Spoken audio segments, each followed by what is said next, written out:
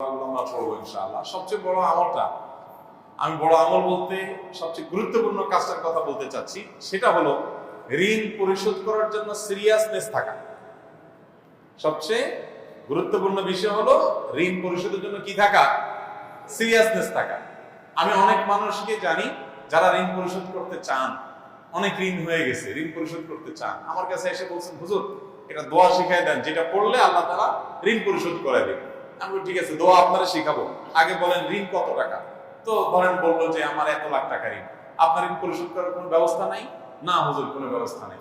কোনো টাকা পয়সা নেই? না, কোনো টাকা পয়সা নেই। জমি জমা কি পরিমাণ আছে? এই 2-4-5 বিঘা জমি আছে। তো জমি বিক্রি করে ঋণ পরিশোধ করতেছেন না কেন?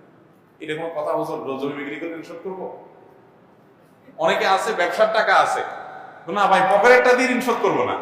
আপনি দোয়া শিখাই দেন, দোয়া দিয়ে কাটাকাটি হয়ে যায়, আমারটা আমার কাছে থাকো।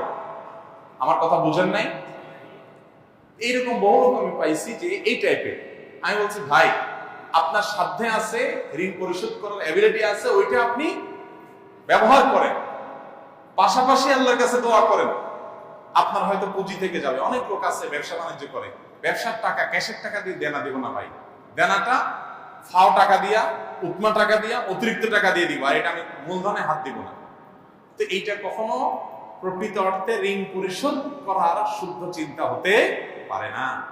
মনে রাখতে হবে, আমি নিজে আমার ঋণ পরিশোধ করাটাকে যদি ফরজ মনে করে দেয়, এটা ফরজ, এই ফরজ যদি মনে হয় আমার, এবং যদি বিশ্বাস থাকে এটা, তাহলে আমার যদি ভিটাও বিক্রি করা লাগে, তারপরও আমাকে ভিটা বিক্রি করে হলেও ঋণ পরিশোধ করতে হবে। আপনারা অনেকে মাসআলা জানেন, মানুষের মৃত্যুর পর তার যা রেখে যাওয়া সম্পদ, ঘর বাড়ি জমি জমা ভিটা মাটি ব্যাংক ব্যালেন্স, এগুলো দিয়ে সর্বপ্রথম কোন কাজটা করতে হয়? ঋণ পরিশোধ করতে হয়।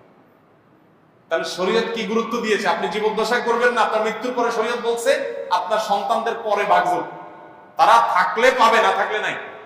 আগে কি হবে?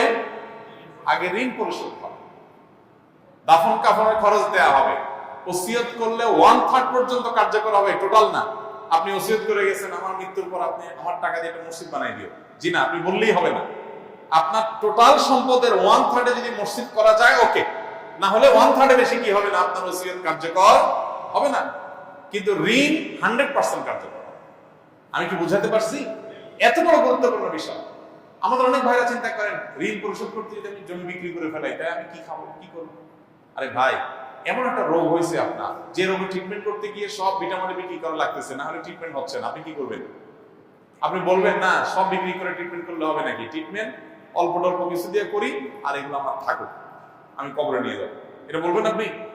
আমার আগে জীবন বাঁচক, সম্পদ বহুত হবে ইনশাআল্লাহ। ঠিক একইভাবে ঋণ পরিশোধ করি, আমার ঈমান বাঁচক, তারপর সব হবে। আমাদের দেশে কেউ কাউকে ঋণ দিতে চায় না। আপনারা একটা হাদিস অনেকে শুনেছেন, কোন কোন ক্ষেত্রে দান করার চাইতে ঋণে সওয়াব বেশি। বিষয়টা একটু বুঝতে অসুবিধা হয়, দান করার চাইতে সওয়াব বেশি হয় কেমনি? আবার দান তো দিয়েই দিলাম, ঋণ তো দিলাম, আবার নেব এই নিয়তে, তাহলে দিয়ে দিলে তার চাইতে আবার ঋণে সওয়াব বেশি কিভাবে হয়? এর অর্থ হলো যে কোন কোন খাতে, ধরেন এক জায়গায় আপনি একটা মসজিদে এখন 2000 টাকা দিলেন, মসজিদে আপনার 2000 না দিলে অসুবিধা হবে না, আরো বহুত লোক দেওয়ার আছে। এই দানের চাইতে আরেকটা লোক 2000 টাকা লোন দিলে অনেক উপকার হবে, ওই লোনটা বেশি সওয়াব। কথা কি বুঝাতে পারছি? কয়েক গুণ বেশি সওয়াব হাদিসে আসছে। এই জন্য ঋণ পরিশোধ করার প্রবণতা, ঋণ পরিশোধ না করার প্রবণতা আমাদের সমাজে ব্যাপক আকারে হওয়ার কারণে ঋণ দেওয়ার ইবাদতটা হারায় গেছে সমাজ থেকে। এই জন্য সবাই ঋণ পরিশোধ করার ক্ষেত্রে দায়িত্বশীল হব তো ইনশাআল্লাহ। নবী করিম সাল্লাল্লাহু আলাইহি সাল্লাম বলেছেন, তোমাদের মধ্যে সবচেয়ে ভালো মানুষ হলো সে যে ঋণ পরিশোধ করার ক্ষেত্রে ভালো মানুষের পরিচয় দেয়। দোকান থেকে বাকি নিয়েছেন, আপনি পরিশোধ করার ক্ষেত্রে ভালো মানুষের পরিচয় দিলেন, অর্থাৎ যা বললেন কথা জবান রাখলেন। আপনি খান না খান, আপনার থাকুক না থাকুক, আগে পাওনাদারের পাওনা পরিশোধ করলেন। এরকম আন্তরিকতার চেষ্টা থাকবে তো ইনশাআল্লাহ? আপনার এই চেষ্টা আছে, আন্তরিকতা। এরপর এবার আপনি আমাকে বলেন হুজুর দোয়া শিখাই দেন, এবার আমি দোয়া বলবো। কথা কি বুঝতে পারছেন? এতগুলো কথা বললাম এই জন্য যে আইডিয়ার অনেক দাম। এই যে কিছুদিন আগে উবার নামে একটা কোম্পানির নাম শুনেছো তোমরা? কি নাম? গাজীপুরে চলে, শুধু শহরে না, ঢাকায়। আমি ওদের ব্যাপারে একটা রিপোর্ট পড়ে অবাক হয়েছি। এই উবারের কোনো পুঁজিপাতি কিছু নাই, ওদের কিছু অফিসার স্টাফ মানুষের গাড়ি দিয়ে ওরা ব্যবসা করে, মানে কইয়ের তেল দিয়ে কি ভাজে, কই ভাজে, এটাও বুঝেন আপনারা, কইয়ের তেল দিয়ে কই ভাজা।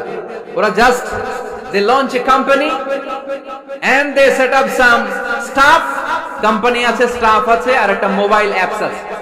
এই মোবাইল অ্যাপস এর মধ্যে দিয়ে where you intend to go, কোথায় যেতে চান লিখবেন, কোন জায়গা থেকে যেতে চান লিখবেন, গাড়ি এসে হাজির। আপনি টাকা পে করে দিবেন, ওই টাকার একটা পার্সেন্টেজ ওই কোম্পানির মধ্যে চলে যাবে। What an idea! সারা বিশ্বে এখন শুরু হয়েছে। আমেরিকার সান ফ্রান্সিসকো একটা স্টেট আছে, সেখান থেকে তারা এই উবারের কার্যক্রম শুরু করেছে।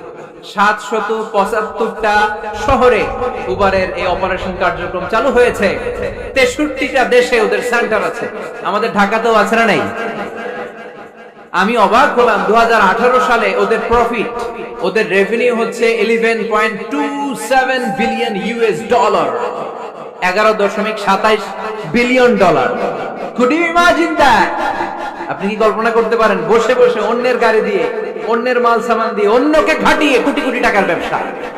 তারপরে এই যে আমাদের প্রত্যেকের একটা অ্যাকাউন্ট আছে এক জায়গায়, কি নাম? কি বুক? কি বুক? সবাই জানেন? হুজুর আপনারও আছে? মাশাআল্লাহ। এই যে ফেসবুকের জন্য আমরা খেটে যাচ্ছি, দিন নাই রাত নাই, আমরা যে স্ক্রলিং করছি, লাইক দিচ্ছি, শেয়ার দিচ্ছি, we all are the staff of Facebook. আমরা সবাই ফেসবুকের এমপ্লয়ি, কাজ করে যাচ্ছি, জাস্ট আইডিয়া। এই আইডিয়া দেওয়ার কারণে কোটি কোটি বিলিয়ন ডলারের ওর মালিক বানাই দিছে কে? এজন্য নতুন নতুন আইডিয়ার দরকার আছে না নাই? আমাদের বাংলাদেশের ছেলেদের ভালো আইডিয়া আছে, তার প্রমাণ ওরা বানাইছে উবার, আমরা বানাইছি পাঠাও। আমরা বানাইছি কি? পাঠাওয়ে চড়ছেন কারা কারা দেখি? ওরে আল্লাহ, all are the smart guys, মাশাআল্লাহ, হাত নামান। পাঠাও তো উবারের চেয়ে আরো দুর্দান্ত আইডিয়া। প্রাইভেট কার যেতে পারে না জ্যামের মাঝখানে, কিন্তু পাঠাও হচ্ছে মোটরসাইকেল রাইড, চিপাচাপা দিয়ে চলে যায়। আছে না নাই? তো এরপরে নতুন কি আসবে, এই দায়িত্বটা তোমার। তোমার মাথা থেকে বের করতে হবে এই এন্টারপ্রেনারশিপ, নতুন করে উদ্যোগী হতে হবে।